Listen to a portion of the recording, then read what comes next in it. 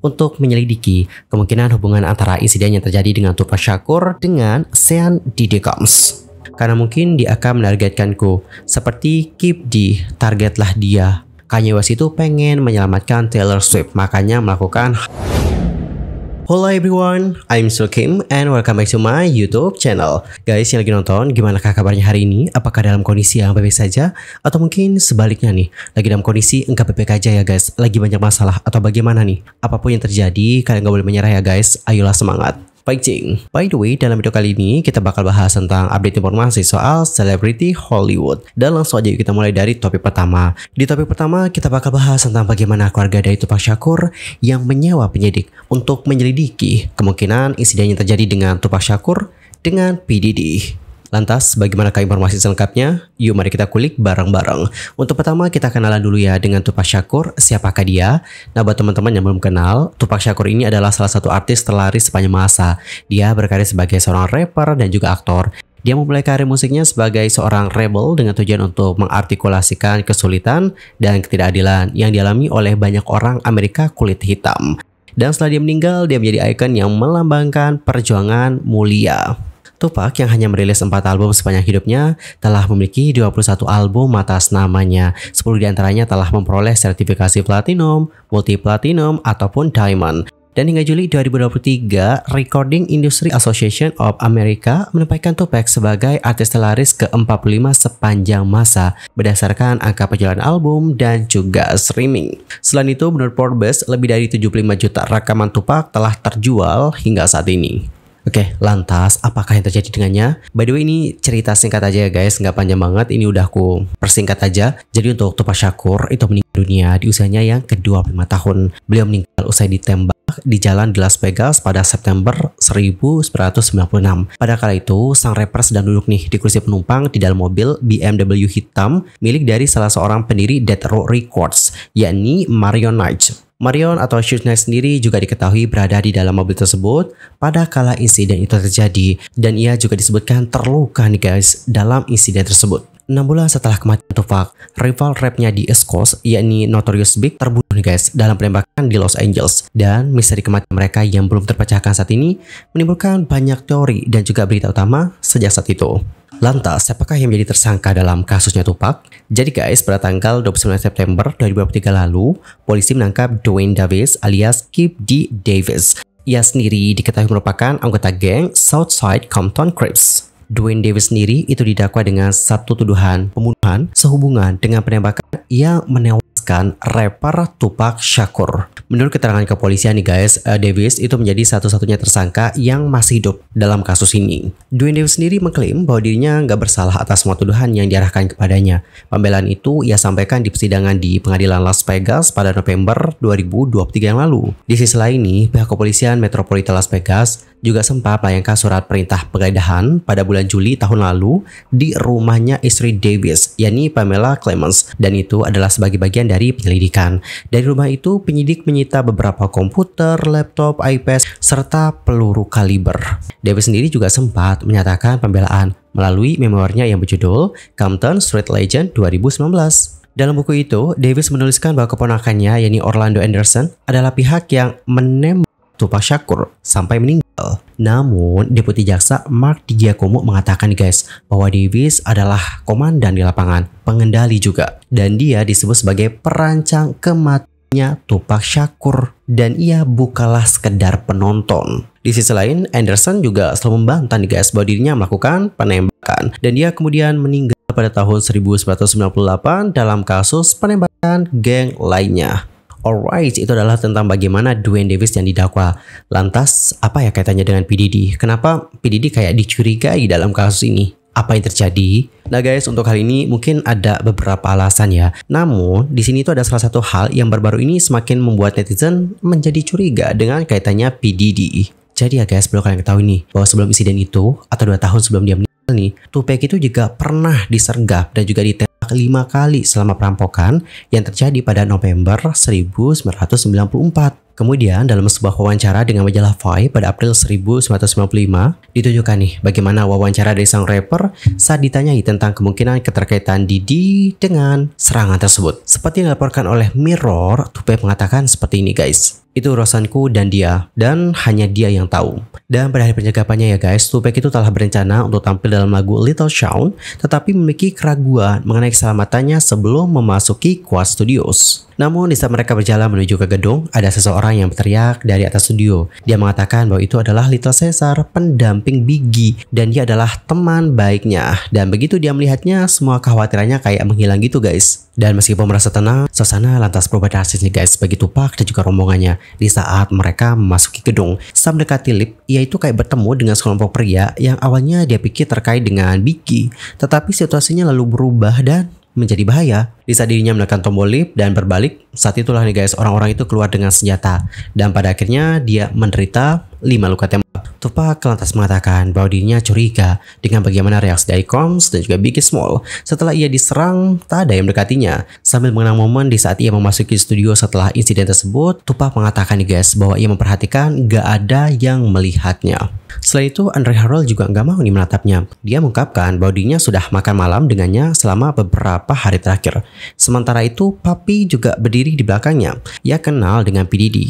Dan P. Diddy juga tahu berapa banyak hal yang telah Tupac lakukan untuk Biggie sebelum muncul. Jadi intinya adalah untuk P. Diddy sama Biggie itu kayak dicurigai tahu akan serangan yang terjadi dengan Tupac. Namun nih guys, dalam sebuah pernyataan pada tahun 2008 yang menyusul laporan dari Los Angeles Times yang melaporkan bahwa rekan-rekannya P. Diddy bertanggung jawab atas insiden itu, Diddy mengatakan bahwa cerita itu bohong. Menurutnya itu sangatlah menggelikan dan sepenuhnya salah. Dia lantas mengatakan bahwa baik dirinya maupun mendiang rapper Notorious Big yang merupakan rekannya nggak mengetahui adanya serangan, baik itu sebelum, selama, ataupun setelah kejadian tersebut. Dia juga terkejut nih guys bahwa Los Angeles Times begitu nggak bertanggung jawab hingga menerbitkan cerita yang nggak berdasar dan sepenuhnya nggak benar seperti itu. Alright, itu adalah bagaimana respon dari P. Diddy atas laporan dari Angel Times yang mengatakan bahwa dia bersama dengan rekannya bertanggung jawab atas insiden yang terjadi dengan Tupac. Selain itu nih guys, netizen sebelumnya menduga bahwa Tupac dan Biggie The Word dikenakan konflik East Coast versus West Coast.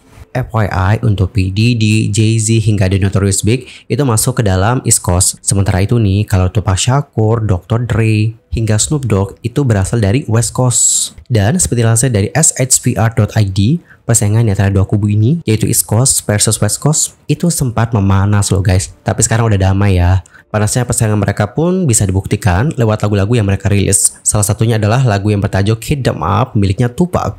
Perseteruan mereka juga semakin memanas nih guys di saat Tupac memutuskan untuk bergabung dengan label Death Row Records.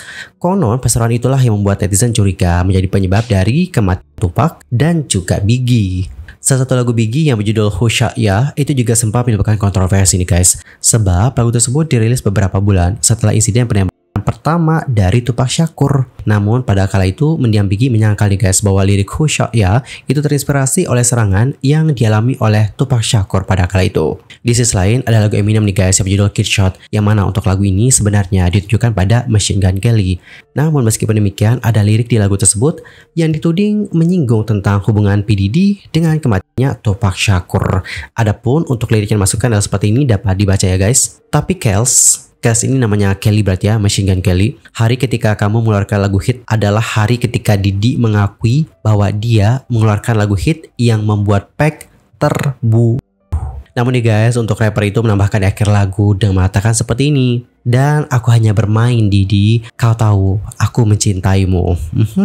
Terus gimana nih dengan Diddy? Apakah Diddy diam dengan lirik rap di lagu Kill Shot? Diddy sebenarnya sempat menanggapi nih tentang hal tersebut. Tanggapan Diddy akan hal tersebut dapat dilihat di podcastnya Joe Budden. Namun nih guys, untuk ke podcastnya itu katanya sudah dihapus. Meskipun demikian, sudah ada beberapa media yang menuliskan kembali tentang bagaimana tanggapan dari Diddy di podcast yang sudah dihapus tersebut. Jadi guys, dalam podcast itu ya, dibagikan bagaimana respon dari Diddy terhadap lirik rapnya Eminem. Coba dan mengklaim nih guys, bahwa sang maestro mengatakan kepadanya bahwa itu sudah ditangani dan gak ada hal yang perlu untuk dispekulasikan ataupun gak ada yang perlu untuk dibicarakan juga. Diddy sendiri mengatakan bahwa itu sudah ada di tangannya dan sang maestro berkata bahwa badan bisa mengatakan hal tersebut. Lebih lanjut, Joe Budden mengatakan, dia berkata gak ada yang perlu dikatakan tentang itu ada di tanganku, dia liar. Kemudian Budden menambahkan nih guys bahwa setelah percakapan singkat itu, dia dengan cepat mengganti topik pembicaraan. Dan di tengah drama yang panas dari lagu Clickshot ini, muncullah nih guys sosok Jay Electronica. Yang mana untuk Jay Electronica itu seperti mencuitkan seperti ini, coba dibaca langsung. Beraninya kau menuduh Diddy membunuh Tupac, sementara kau sama sekali mengabaikan Jimmy Iovine dan mereka yang paling diuntungkan dari kematian. Sebaiknya kau melangkah hati-hati nak, sebelum aku datang merobohkan menara gadingmu seperti yang dilakukan oleh Sulaiman pada Kesatria Templar. Alright, itu adalah bagaimana cuitan dari Jay Electronica yang seperti mengecam Eminem tentang bagaimana lirik lagu di lagu tersebut. Dan guys, usut punya usut, lagu Clickshot ini bukanlah satu-satunya lagu Eminem yang dituding menyindir tentang hal itu. Lagunya yang berjudul Pure juga dicurigai seperti itu. Adapun untuk liriknya seperti ini, coba dibaca ya guys. R.I.P. Rest in Peace, Biggie and Facts. Seharusnya kalian berdua masih hidup, tapi aku nggak akan mencari masalah dengannya, karena mungkin dia akan menargetkanku. Seperti Keep D, targetlah dia. Begitulah teman-teman bagaimana lirik lagunya. Well, lirik ini seolah-olah menunjukkan bahwa Eminem nampaknya mengetahui siapa dalang di balik insiden yang terjadi dengan Tupac dan juga Biggie. Dan ia juga gak mau berselisih dengan orang tersebut. Karena jikalau dia berselisih dengan orang tersebut, mungkin dia akan menghadapi hal serupa seperti yang dihadapi oleh Tupac. Dan terbaru, seorang pengacara ternama di New York telah mengkonfirmasi kepada Court TV bahwa ia telah disewa oleh keluarga rapper Tupac Shakur untuk menyelidiki kemungkinan hubungan antara insiden yang terjadi dengan Tupac Shakur dengan Sean Diddy Combs. Lantas gimana ya pada akhirnya? Apakah benar ada kaitannya ataupun gak ada nih? Mari kita tunggu saja bagaimana ke depannya. Semoga kebenaran dapat segera terungkap. Di sisi lain, kasus P. Diddy ini membuat banyak nama artis Hollywood terseret nih.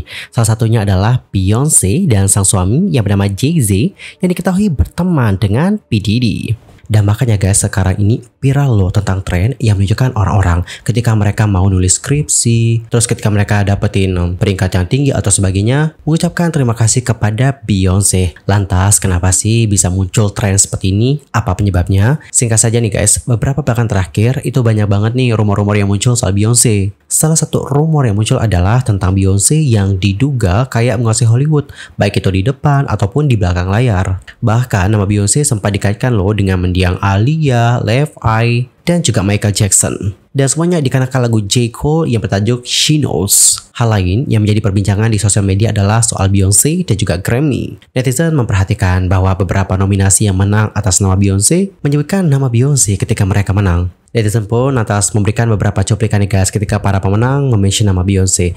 Adapun untuk videonya seperti ini, mari kita lihat bareng-bareng.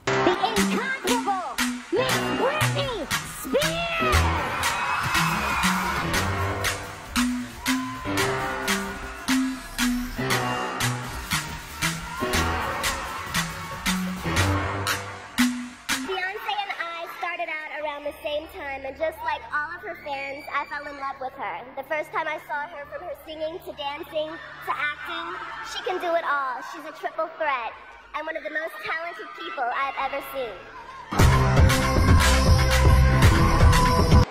The Grammy goes to Lizzo for About That.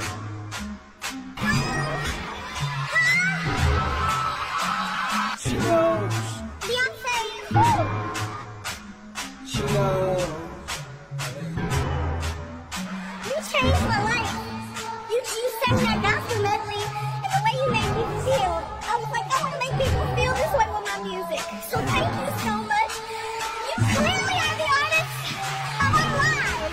The artist of my life is Beyonce in this album. I appreciate that. All us artists here, we f***ing adore you. You are our light. And I love you. I always have, and I always will.